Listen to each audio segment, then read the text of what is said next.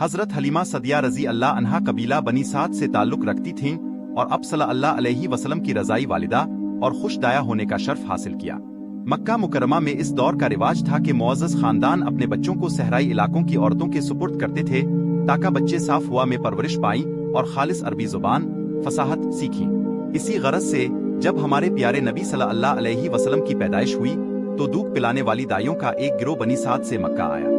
हजरत हलीमा रजी अल्लाह अन्हा बज़ाहिर तंगदस्ती की हालत में थीं और इत्तेफाकना सबसे आखिर में सिर्फ यतीम मोहम्मद सल्लल्लाहु अलैहि वसल्लम ही बच्चे थे। किसी और दाया ने यतीम बच्चे को लेने पर आमादगी जाहिर नहीं की, मगर हजरत हलीमा रजी अल्लाह अन्हा ने अपने शौहर हारिस बिन अब्द अल-अज़ी के मशवरे से इस यतीम बच्चे को कबूल कर लिया। अब सल्लल्लाहु अलैहि वसल्लम की बरकत कदम रखते ही हजरत हलीमा रजी अल्लाह अन्हा और उनके खानदान की जिंदगी में खैर व बरकत के दरवाजे खिल गए। उनका कहत ज़दा इलाका सरसब्ज हो गया, उनकी सवारी और जानवरों में गैर मामूली ताकत और दूध की फरावानी आ गई। उन्होंने अब सल्लल्लाहु अलैहि वसल्लम की परवरिश बड़े प्यार और एहतराम से की और तकरीबन 4 या 5 साल तक अब को अपने पास रखा। हजरत हलीमा सदिया रजी अल्लाह अन्हा एक अजीम, खुशबख्त और नेक खातून थीं जिन्हें खातिम अल नबिय्यीन सल्लल्लाहु अलैहि वसल्लम की इब्तिदाई परवरिश का बेमिसाल एजाज हासिल हुआ।